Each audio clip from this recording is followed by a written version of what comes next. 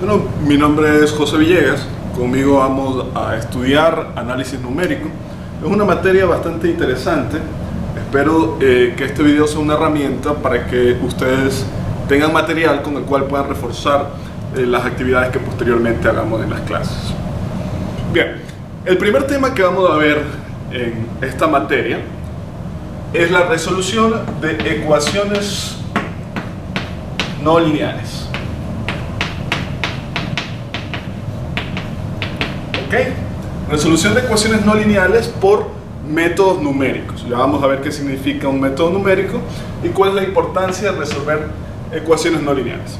Primero, vamos a tratar de entender qué son ecuaciones no lineales. Por ejemplo, si yo coloco x más 5 igual a 4 y les pregunto cuál es el valor de x, es algo que ustedes conseguirían responder, ¿verdad? Si yo les pregunto a ustedes x al cuadrado más 5 igual a 4 a menos 4, también es algo que ustedes conseguirían responder, ¿cierto? Muy bien, si yo escribo ahora el logaritmo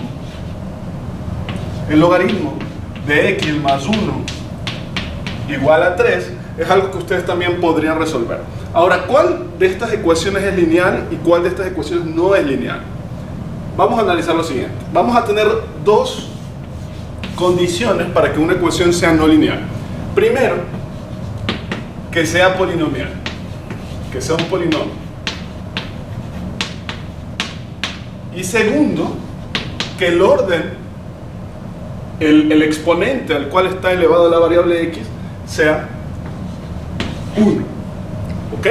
Entonces, si vamos de la ecuación 3 a la ecuación 1, esta de aquí es una ecuación que no es polinomial, por lo tanto no cumple la premisa 1. Esta de aquí no es una ecuación lineal, es decir, es una ecuación no lineal. Las no lineales son básicamente todas las que no son lineales. Entonces esta no es lineal, es una ecuación no lineal. La acá, x al cuadrado más 5, ¿cumple la premisa 1? ¿Es polinomio? Sí, ok. ¿Cumple la premisa 2? ¿El exponente de la x es 1? No. Es decir, esta de aquí también es una ecuación no lineal. ¿Ok? Estaría dentro del grupo que estamos buscando. La primera ecuación, x más 5 igual a 4, ¿cumple con las premisas? Vamos a ver. ¿Es polinomio? Sí. ¿El exponente de la x es 1? Sí. Entonces, esta de aquí es una ecuación lineal. ¿Ok? Las ecuaciones lineales generalmente son fáciles de resolver. Nosotros nos vamos a enfocar en este capítulo en las ecuaciones no lineales. Estos son el tipo de ecuaciones que nosotros vamos a resolver. Si bien es cierto, resolver esta ecuación o resolver esta de acá no nos daría mayor trabajo, más hay ecuaciones no lineales que pueden complicarse un poco más y cuando ya sean muy complicadas tendríamos que aplicar algún método numérico para resolverlas. Bien.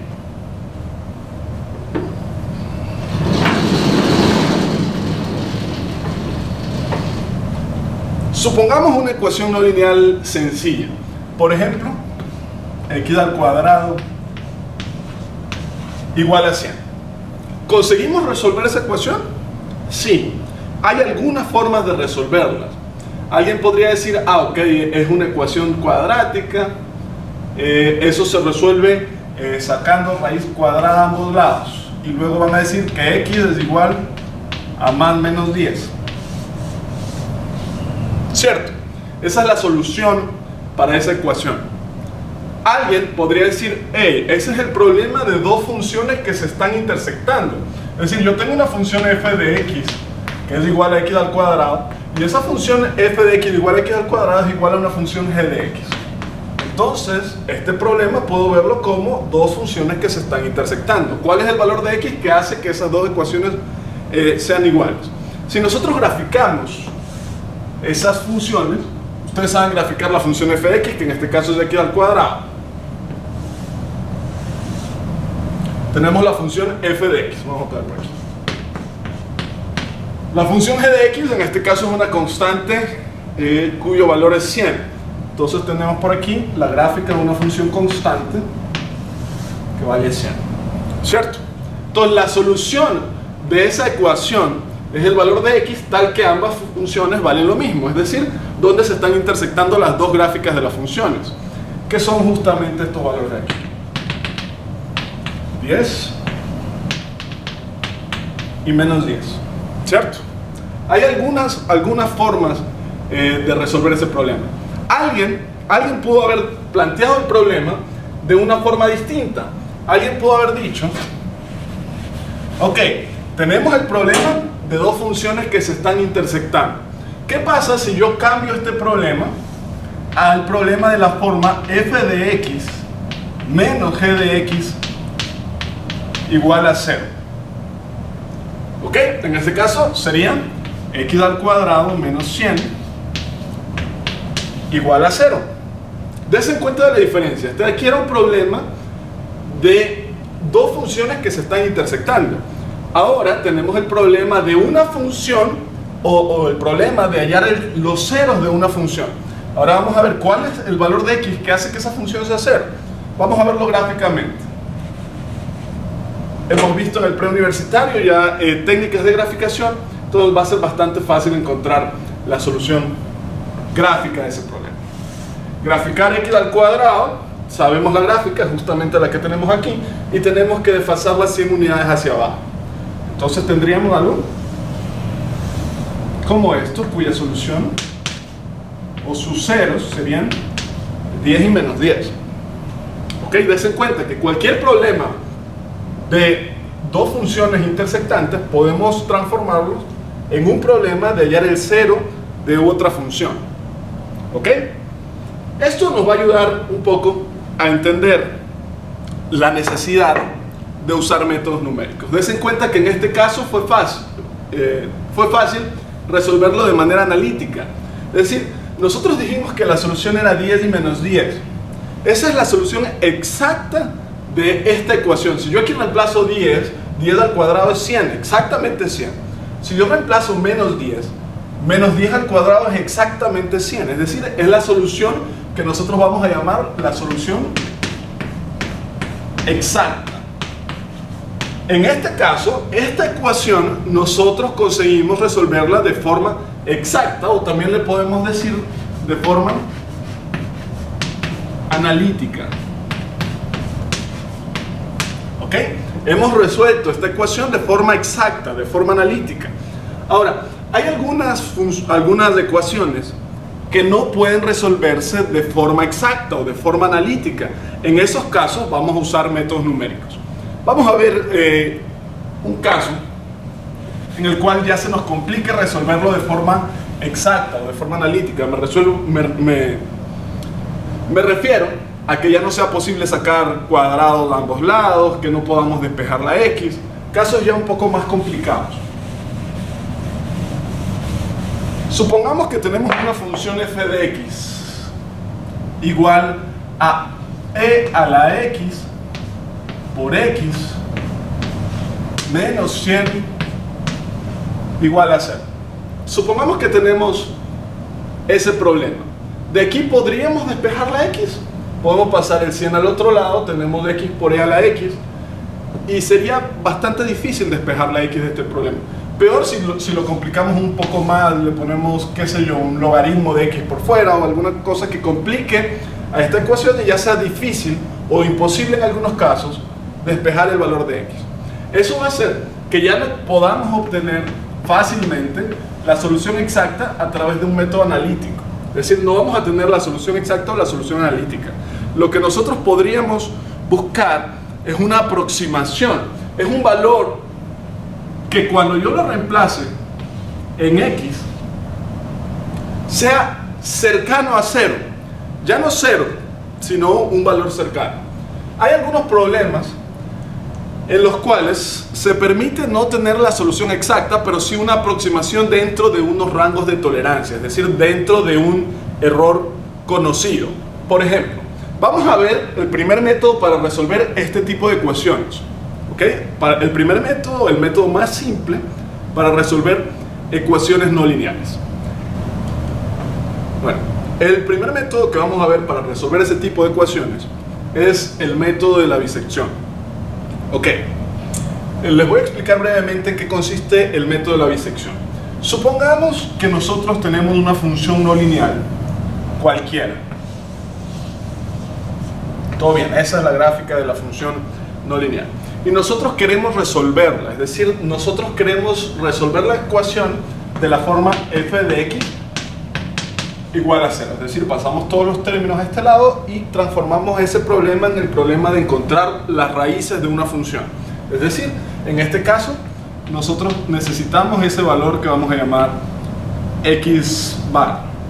¿Ok? Nosotros, al encontrar ese valor x barra, nosotros encontramos el valor de x tal que f de x valga 0. Muy bien. Entonces, alguien podría haber dicho, como lo mencioné anteriormente, se vale o es permitido tener un error siempre y cuando sepamos cuál es la tolerancia, es decir, cuál es el máximo error posible. Entonces yo puedo decir, ¿saben qué? La solución de esa ecuación f de x igual a 0 es x sub k. Y como no sé cuál es la distancia entre x sub k y x barra, yo les voy a decir que la solución es x sub k más o menos el error, pero voy a decir que ese error es infinito. Entonces, ¿se cumple con las condiciones? Si yo reemplazo un valor xk más menos infinito aquí, ¿va a dar 0? Sí, probablemente hay un error tal que si yo le sumo un término cualquiera, puede ser muy grande o muy pequeño, menor que infinito, entonces nosotros vamos a tener un valor tal que f de x sea 0. Pero obviamente decir que la solución es 5 más menos infinito no resuelve nuestro problema. Entonces, el método de la bisección lo que pretende es decir que este término que ahora estamos considerando infinito sea lo menor posible. ¿Ok? No es lo mismo decir xk más menos infinito o decir xk más menos 0.1 o xk más menos 0.001. Entonces, nuestro objetivo ahora va a ser encontrar cuál es ese valor xk y saber dentro de qué intervalo se encuentra como máximo error. Muy bien, el método de la bisección consiste primero en encontrar un intervalo menor que infinito. En el caso de infinito sería el caso que nosotros tenemos acá. Un intervalo menor que infinito o cuya dimensión sea menor que infinito, ¿verdad? Que vamos a llamar al intervalo a b, tal que en este intervalo a, b exista una raíz. Esa es la primera premisa para poder aplicar el método de la bisección. Dentro del intervalo a, b, ¿verdad? Dentro de ese intervalo a, b tiene que existir una raíz, al menos una raíz. Eso significa que tiene que existir al menos una x tal que f de x sea igual a 0 en ese intervalo, ¿verdad? Eso hace que tenga sentido. Pero ahora, ¿cómo nosotros sabemos que en ese intervalo a, b existe una x tal que f de x sea igual a 0? Podría en algunos casos ser bien fácil de encontrar, bien fácil de calcular. Voy a escribir una premisa y la vamos a analizar brevemente. ¿Qué pasa si yo les digo f de a por f de b menor que 0? ¿Qué significa que f de a por f de b, es decir, la función evaluada en los extremos, en este caso, este de aquí sería el valor de f de a y este de acá sería el valor de f de b? ¿Qué significa que f de a por f de b sea menor que 0? Bueno, que f de a y f de b tienen signos contrarios, ¿verdad? F de a puede ser positivo y f de b puede ser negativo y eso es menor que 0. O f de a puede ser negativo y f de b puede ser positivo, la multiplicación de ambos va a ser un número negativo, es decir, menor que 0. Muy bien, ¿qué ganamos con eso? Eso garantiza que nosotros tengamos una raíz dentro del intervalo a, b, que exista un cambio de signo. No necesariamente, porque nos hace falta otra premisa para cerrar todo el sistema. ¿Por qué no es suficiente que f de a por f de b sea menor que 0 para garantizar la existencia en el intervalo a, b? Lo vamos a ver ahora. Alguien podría decir, si f de a por f de b es menor que 0, eso es suficiente para decir que tenga una raíz.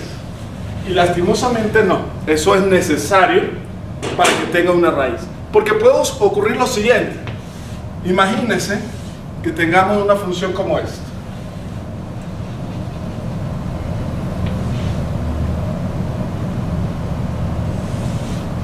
Y tomamos un intervalo A, B. Entonces acá tenemos f de A, en este caso es positivo. Acá tenemos f de B, en este caso negativo. F de A por f de B, en efecto es negativo, es menor que 0, ¿cierto? En este caso, vamos a escribirlo nuevamente. En este caso, f de A por f de B es menor que 0.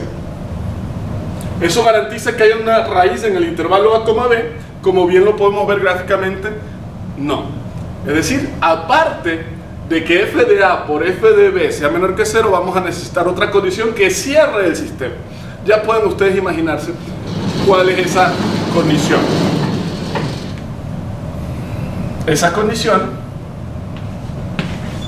es que la función f de x sea una función continua. No es suficiente que f de A por f de B sea menor que 0, sino que tuvimos que incluir también el criterio de continuidad de la función. Es decir, f de x tiene que ser continua. Es decir, si yo ya sé que f de A por f de B por f de B tienen signos contrarios y yo consigo graficar la función f de x sin alzar la mano, significa que en algún momento yo pasé por 0, ¿verdad? Eso quiere decir que los criterios que necesitamos son que f de A por f de B sea menor que 0, es decir, que tengan signos cambiados y que la función sea continua. Si nosotros tenemos estos dos criterios, entonces en el intervalo A, B existe un valor de x tal que f de x sea igual a 0. ¿Qué ganamos con eso? Una vez que ya sabemos cuál es el intervalo en el cual existe una raíz, entonces usted podría decir, sin pensar en el método de la bisección, que es un procedimiento bastante claro, en este caso yo podría decir, bueno, así como hace un rato dije que la respuesta era xk con un error más o menos infinito, aquí yo puedo decir que la respuesta es cualquier valor. Puedo decir que este es mi valor de xk, pero ahora yo ya sé que el máximo error que yo puedo haber cometido es el tamaño del intervalo, ¿verdad? O el máximo error que yo puedo haber cometido sería la distancia entre xk y a en valor absoluto, ¿verdad? Ese sería el máximo error, y eso pasaría en el caso que yo diga que la solución es xk cuando la solución ha sido a, ¿verdad? Ese sería el máximo error que yo pude haber cometido.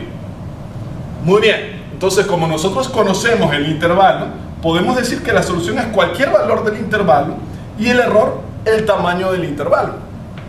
Es válido porque ese sería el máximo error que nosotros pudimos haber cometido. Voy a subir algunas preguntas en el aula virtual. Hay algunas como estas, por ejemplo. ¿Qué pasaría si yo les pregunto, ok, ¿qué pasa si f de A por f de B es menor o igual que 0? ¿Qué implica incluir dentro de la condición el término igual? Dese en cuenta que no lo había incluido. Al incluir el término igual, significa que f de A es 0 o puede ser 0 y f de B puede ser 0 o f de B puede ser 0, ¿cierto? En esos casos pues ya hemos encontrado la solución. Significaría que justamente tomo como A el valor en el cual se encuentra la raíz. Muy bien. ¿Qué pasaría ahora si yo les digo que podemos hacer que A y B sean bien más próximos, manteniendo el criterio de que dentro de ese intervalo se encuentra la raíz x bar? Bueno, solucionaríamos el problema, porque recuerden que el problema era eliminar o hacer lo más pequeño posible ese error que habíamos dicho inicialmente que era infinito. Muy bien, entonces vamos a aplicar algunos criterios para hacer que el intervalo A, B sea lo más pequeño posible y continúe manteniendo la raíz en ese intervalo. Con el método de la bisección, ¿no? El método de la bisección nos dice lo siguiente. Supongamos que tenemos una función, voy a hacerla así, una función f de x. Ok, una función f de x. Hemos seleccionado un valor a, b, por acá tenemos f de b, por acá tenemos f de a. Esta función claramente cumple con los criterios f de a por f de b menor que 0 y f de x es una función continua. Entonces el método de la bisección pretende que este intervalo sea más pequeño y como procedimiento para lograrlo nos pide que encontremos un valor de c tal que c sea igual a a más b sobre 2. Es decir, c es el punto medio entre a y b. Ok, encontremos el valor de c. Supongamos que c esté por aquí.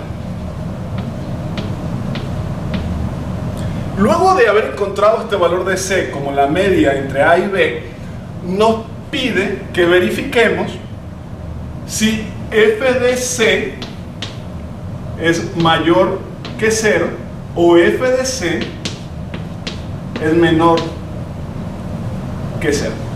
¿Qué significa cada una de esas dos cosas?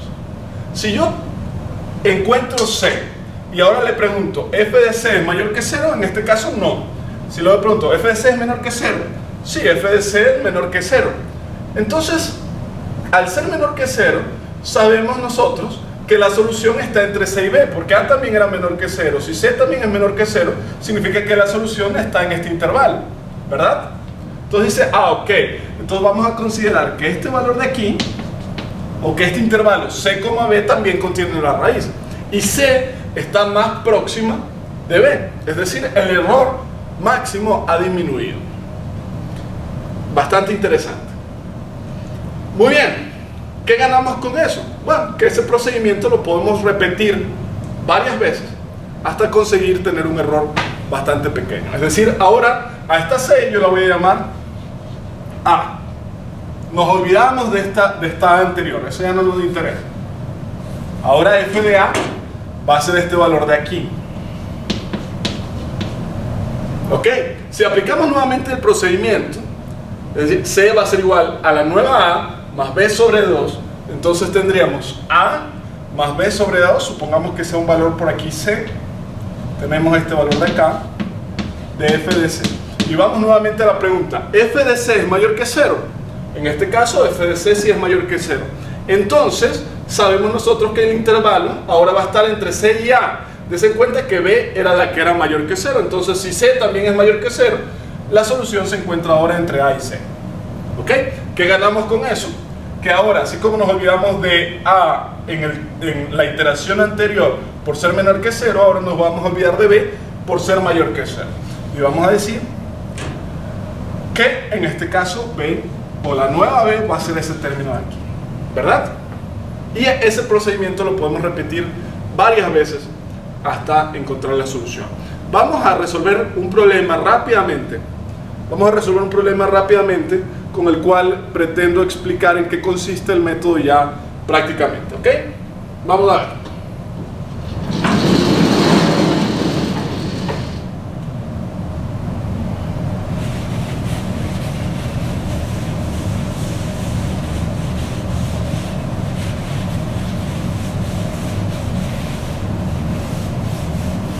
Vamos a ver. Supongamos un problema simple para que quede claro. Supongamos que yo tengo la función x al cuadrado igual a 100. Nosotros ya sabemos cuál es la solución, que la solución es más o menos 10. Pero vamos a resolver este problema que es fácil para poder resolver posteriormente problemas más complicados. Muy bien. Que quede claro que lo primero era transformar a este problema de dos funciones intersectantes en el problema de calcular la raíz de una función. Es decir, tenemos que plantearlo como x al cuadrado menos 100 igual a 0. ¿Ok? Bien, voy a graficarlo.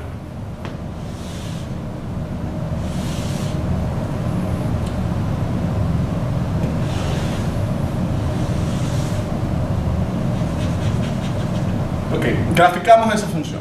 Vamos a seleccionar el intervalo a, b del cual estábamos hablando.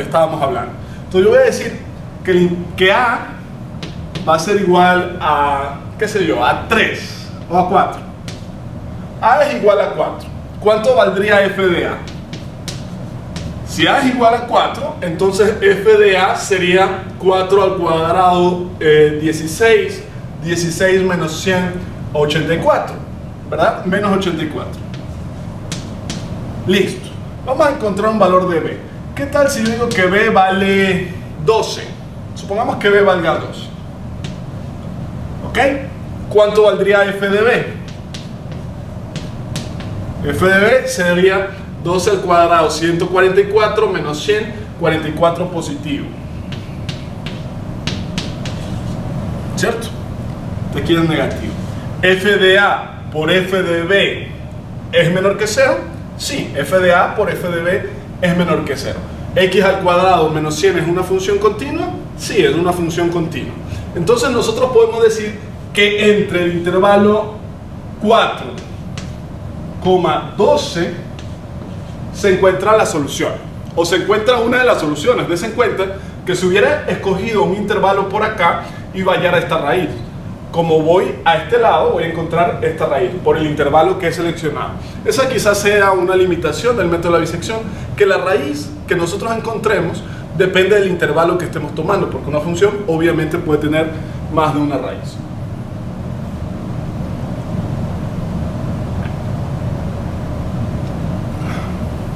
Muy bien, entonces ya hemos encontrado un valor de a y de b tal que f de a por f de b sea menor que 0.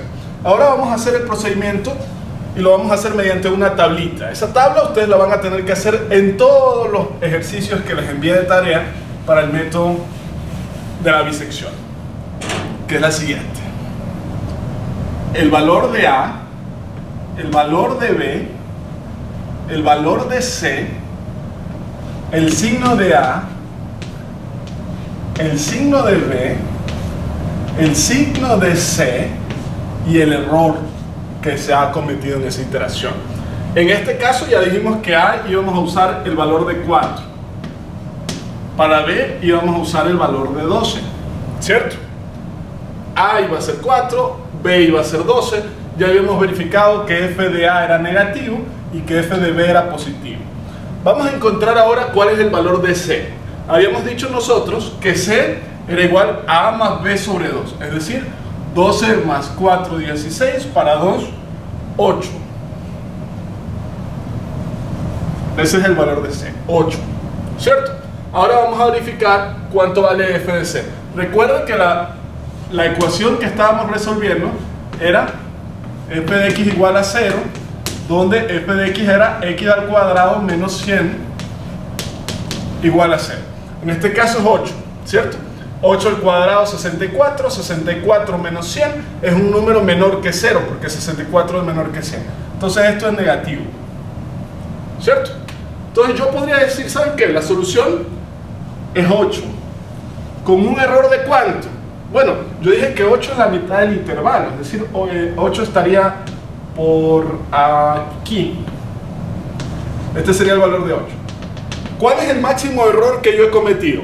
Al 8, como el 8 está exactamente en la mitad entre 4 y 12, el máximo error que pudimos haber cometido era decir que era la solución 8 cuando en realidad era 12 o cuando en realidad era 4.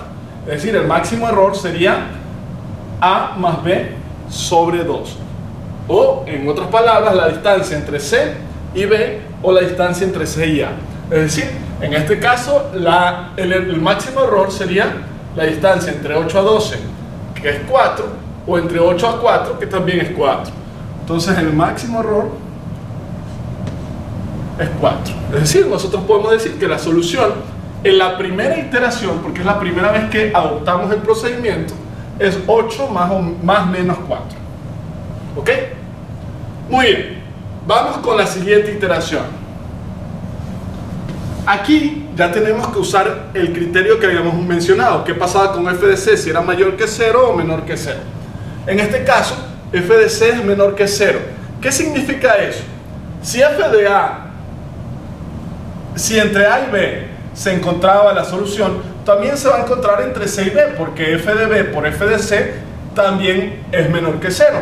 Entonces vamos a cambiar A por C. Es decir, vamos a decir ahora que el intervalo va a ser entre 8 y 12. ¿Qué ganamos con eso? Bueno, decir que ya no nos importa mucho el 4, porque la solución también está entre 8 y 12. Ok, aplicamos nuevamente el procedimiento. ¿Cuál sería el nuevo valor de C? A más B sobre 2. 8 más 12, 20 sobre 2, 10. ¿Cuánto vale f de A? F de A sería negativo, porque sería 8 al cuadrado 64 menos 100 es un número menor que 0. F de B sería 12. Perdón, B sería 12 al cuadrado 144 menos 100, un número mayor que 0. ¿Cuánto vale f de C? Sería 10 al cuadrado 100 menos 100, 0. ¿Cierto? 0. ¿Qué significa que f de C sea 0? Pues que hemos encontrado el valor de x bar. En este caso, al ser una función polinomial fácil de resolver, nosotros hemos escogido un intervalo tal que coincidencialmente hemos llegado al valor exacto de la solución.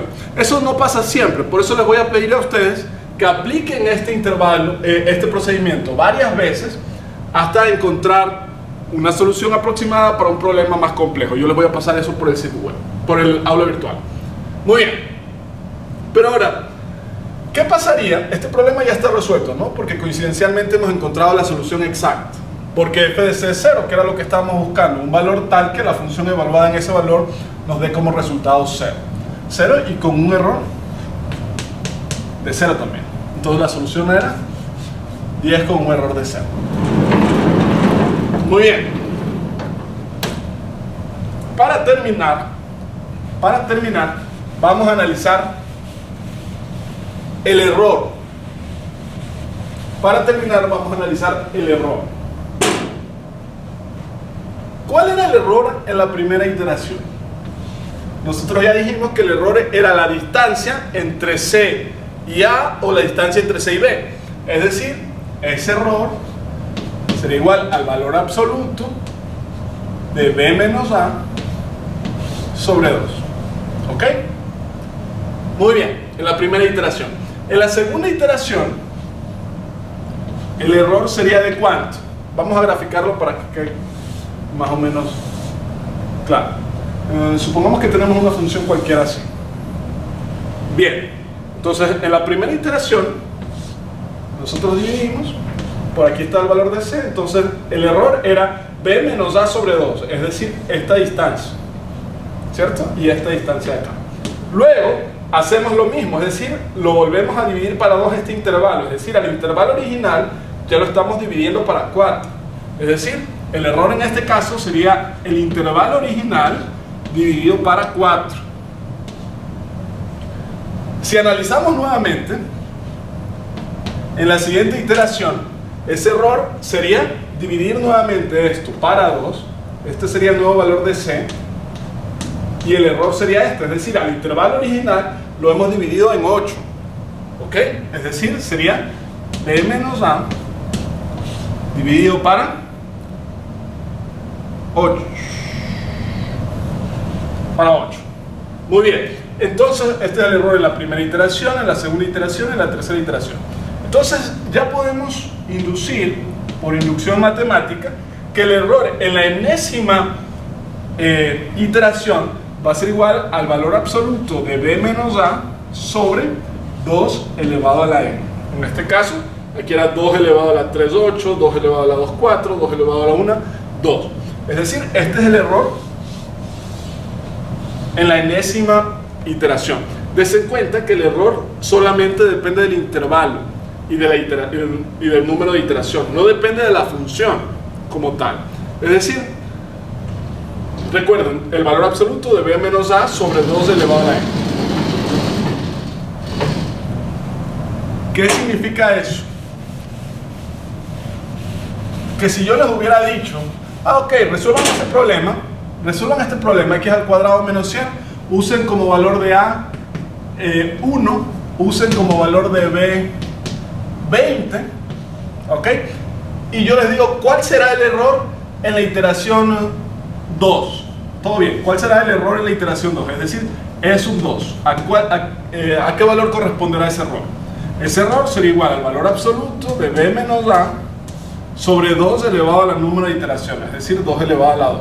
Entonces va a ser igual al valor absoluto de b, que es 20, menos a, que es 1, sobre 2 a la 2, que es 4. Punto. Ese es el valor del error en la segunda iteración. Dense cuenta que no hemos usado la función, simplemente el valor de a, el valor de b y el número de la iteración. Entonces yo les puedo preguntar, ok, en la iteración 10, fácil, eso es igual a b menos a sobre 2 elevado al número de iteración que estamos buscando.